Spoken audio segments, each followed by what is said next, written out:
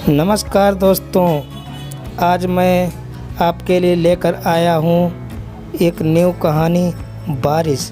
तो इस कहानी को सुनिए। ये कहानी इस प्रकार है। मूसलाधार बारिश हो रही थी और वो अपने कमरे में बैठा जल थल देख रहा था। बाहर बहुत बड़ा लॉन था जिसमें 2 दरख्त थे। उनके सब्ज पत्ते बारिश में नहा रहे थे।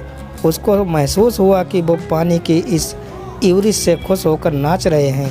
उधर टेलीफोन का एक खंभा गड़ा था उसके फ्लैट के इन सामने। ये भी बड़ा मसरूर नज़र आता था, हालांकि उसकी मसरत की कोई वजह मालूम नहीं होती थी। इस बेजान से को भला मसरूर क्या होना था, लेकिन तनवीर ने, जो कि बहुत मगम था, यही महसूस किया कि उसके आसपास जो भी शय है खुशी से नाच गा रही है। सावन गुजर चुका था और बारान ए रहमत नहीं हुई थी। लोगों ने मस्जिदों में इकट्ठे होकर दुआएं मांगी, मगर कोई नतीजा बरामद ना हुआ। बादल आते और जाते रहे, मगर उनके थनों से पानी का एक कतरा भी ना टपका। आखिर एक दिन अचानक काले काले बादल आसमान पर घिर आए और छाजों पानी बरसने लगा। तनवीर को बादलों और बारिश से कोई दिलचस्पी नहीं थी। उसकी ज़िंदगी चटियल मैदान बन चुकी थी, जिसके मुंह में पानी का एक कतरा भी किसी ने न टपकाया हो। 2 बरस पहले उसने एक लड़की से, जिसका नाम सुरैया था, मोहब्बत करना शुरू की, मगर एक तरफा मोहब्बत थी। सुरैया ने उसे दरखोर इतना ही ना समझा। सावन के दिन थे, बारिश हो रही थी। वो अपनी कोठी से बाहर निकला, जांघिया पहनकर नहाए और बारिश का लुत्फ़ उठाए। आम बाल्टी में पड़े थे। वो अकेला बैठा उन्हें चूस रहा था कि अचानक उसे चीखे और कहकहें सुनाई दिए। उसने देखा कि साथ वाली कोठी के लान में 2 लड़कियां बारिश में नहा रही हैं और खुशी में शोर मचा रही हैं। उसकी कोठी और साथ वाली कोठी के दरमियान सिर्फ एक झाड़ियों की दीवार हाइल थी। तनवीर उठा, आम का रस चूसते हुए वो बाण के पास गया और गौर से उन दोनों लड़कियों को देखा। दोनों महीन मलमल के कुर्ते पहने थीं, जो उनके बदन के साथ चिपके हुए थे।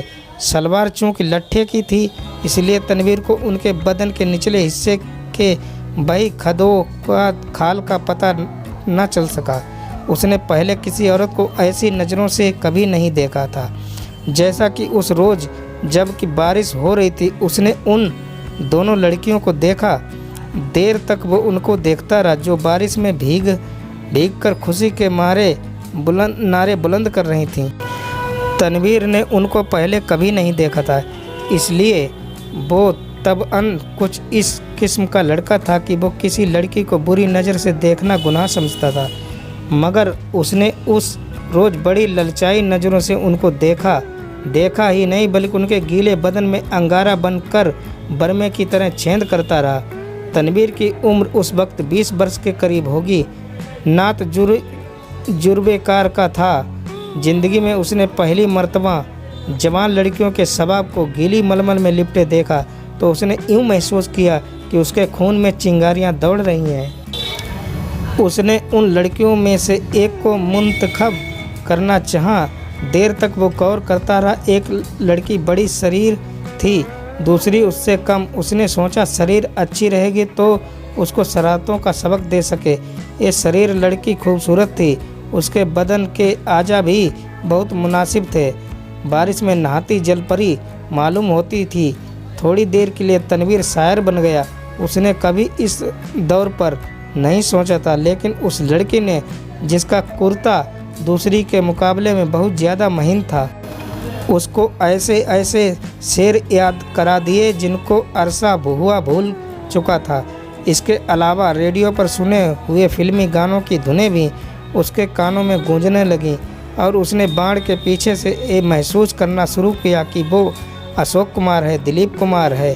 फिर उसे कामिनी कौशल और नालिनी जयवंत का ख्याल आया, मगर उसने जब उस लड़की की तरफ इस गरज से देखा कि उसमें कामिनी कौशल और नालिनी जयवंत के खदो खाल नज़र आ जाएं, तो उसने उन दोनों एक्ट्रेसों पर लानत भेजी। वो उनसे कहीं ज़्यादा हसीन थी। उसके मलमल के कुर्ते में जो शबाब था उसका मुकाबला उसने सोचा कोई भी नहीं कर सकता। तनवीर ने आम चूसने बंद कर दिए और उस लड़की से, जिसका नाम प्रवीण था, इश्क लड़ाना शुरू कर दिया। शुरू में उसे बड़ी मुश्किलात पेश आई, इसलिए कि उस लड़की एक रसाई तनवीर को आसान नहीं मालूम होती थी। उसने फिर अपने वालिदैन का भी डर था। इसके अलावा उसे ये भी यकीन था कि वो उससे मुलाकात होगी या नहीं। बहुत देर तक वो उन्हीं उलझनों में गिरफ्तार रहा। कई रातें जागता रहा। झाड़ियों की पस्त कद झाड़ के पास जाता, मगर वो नज़र न आती। घंटों वहाँ खड़ा और बारिश वाला मंजर जो उसने देखा था, आंखें बंद करके जेहन में दोहराता रहा। बहुत दिनों बाद आखिर उसको एक रोज़ से उससे मुलाकात का मौका मिल गया और वो अपने बाप की कार के घर के किसी काम की गरज से जा रहा था कि प्रवीण से उसकी मुठभेड़ हो गई। वो कार स्टार्ट कर चुका था कि साथ वाली कोठी में तनवीर के ख्वाबों की शहजादी निकली। उसने हाथ से इशारा किया कि वो मोटर रोक ले। तनवीर घबरा गया। हर आशिक ऐसे मौक़ों पर घबरा ही जाया करता है। उसने मोटर कुछ ऐसे बेड़े अंदाज में रोकी कि उसको ज़बरदस्त धचका लगा। उसका सर ज़ोर से स्टीयरिंग व्हील के साथ टकराया, मगर उस वक्त वो शराब के नशे से ज़्यादा मखमूर था। उसको उसकी महबूबा ने खुद मुखातिब किया था। प्रवीण के होठों पर गहरे सुर्ख रंग की लिपस्टिक थुपी हुई थी। उसने सुर्ख मुस्कुराहट से कहा, माफ़ फरमाइएगा, मैंने आपको तकलीफ़ दी। बारिश हो रही थी। तांगा इस दूर दराज जगह मिलना मुहाल है और मुझे एक ज़रूरी काम से जाना था।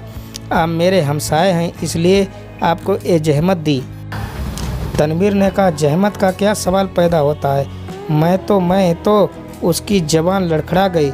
आपसे मेरा तारुफ तो नहीं, लेकिन आपको एक बार देखा था। प्रवीण अपनी सुर्ख मुस्कुराहटों के साथ कार में बैठ गई और तनवीर ने पूछा, आपने मुझे कब देखा था।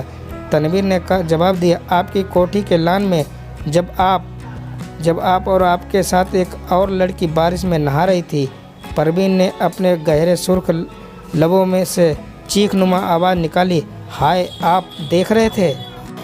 एक गुस्ताखी मैंने ज़रूर की, इसके लिए माफ़ी चाहता हूँ। प्रवीण ने एक अदा के साथ उससे पूछा, आपने देखा क्या था। ये सवाल ऐसा था कि तनवीर उसका जवाब नहीं दे सकता था। आए बाएँ साए करके रह गया। जी कुछ नहीं, बस आपको मेरा मतलब है कि 2 लड़कियां थीं जो बारिश में नहा रही थीं और खुश हो रही थीं। मैं उस वक्त आम चूस रहा था। प्रवीण के गहरे सुर्ख लबों पर शरीर मुस्कुराहट पैदा हुई। आप आम चूसते क्यों हैं, काट कर क्यों नहीं खाते। तनवीर ने मोटर स्टार्ट कर दी। उसकी समझ में न आया कि इस सवाल का जवाब क्या दे। चुनांचे वो गोल कर आया, आपको मैं कहाँ ड्रॉप कर दूँ। प्रवीण मुस्कुराई, आप मुझे कहीं भी ड्रॉप कर दें, वही मेरी मंजिल होगी। तनवीर ने यूँ महसूस किया कि उसे अपनी मंजिल मिल गई है। लड़की जो उसके पहल में बैठी है अब उसी की है, लेकिन उसमें इतनी ज़रूरत नहीं थी कि वो उसका हाथ दबाए या उसकी कमर में 1-2 सेकंड के लिए अपना बाजू हमलाए कर दे। बारिश हो रही थी, मौसम बहुत खुशगवार था। उसने काफ़ी देर सोचा। मोटर की रफ्तार उसके ख्यालात के साथ साथ तेज़ होती गई। आखिर उसने एक जगह उसे रोक लिया और जज्बात से मकबूल होकर उसको अपने साथ चिमटा लिया। उसके होठों से अपने होठ पैवस्त कर दिए। उसको ऐसा महसूस हुआ कि कोई बहुत सी लजीज आम चूस रहा है।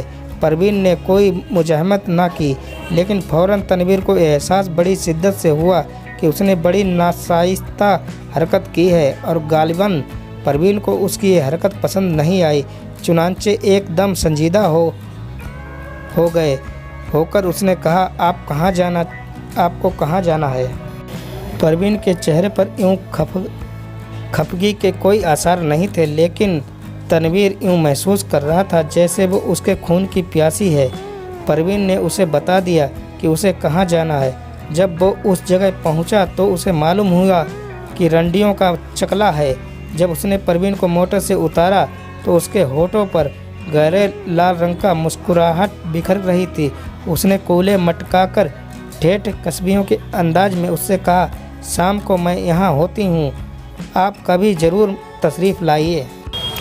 तनवीर जब भौचक्का होकर अपनी मोटर की तरफ बढ़ा तो उसे ऐसा लगा कि वो भी एक कस्बी औरत है जिसे वो हर रोज़ चलाता है। उसकी लाल बत्ती लिपस्टिक जो परवीन ने होठों पर थोपी हुई थी, तो वो वापस अपनी कोठी चला आया। बारिश हो रही थी और तनवीर बेहद मगमुगम था। उसको ऐसा महसूस हुआ कि उसकी आंखों के आंसू बारिश के कतरे बनकर टपक रहे हैं। कहानी यहीं पर समाप्त होती है दोस्तों। धन्यवाद। चैनल को सब्सक्राइब, लाइक, शेयर ज़रूर कीजिए। आपका दिन शुभ हो। धन्यवाद।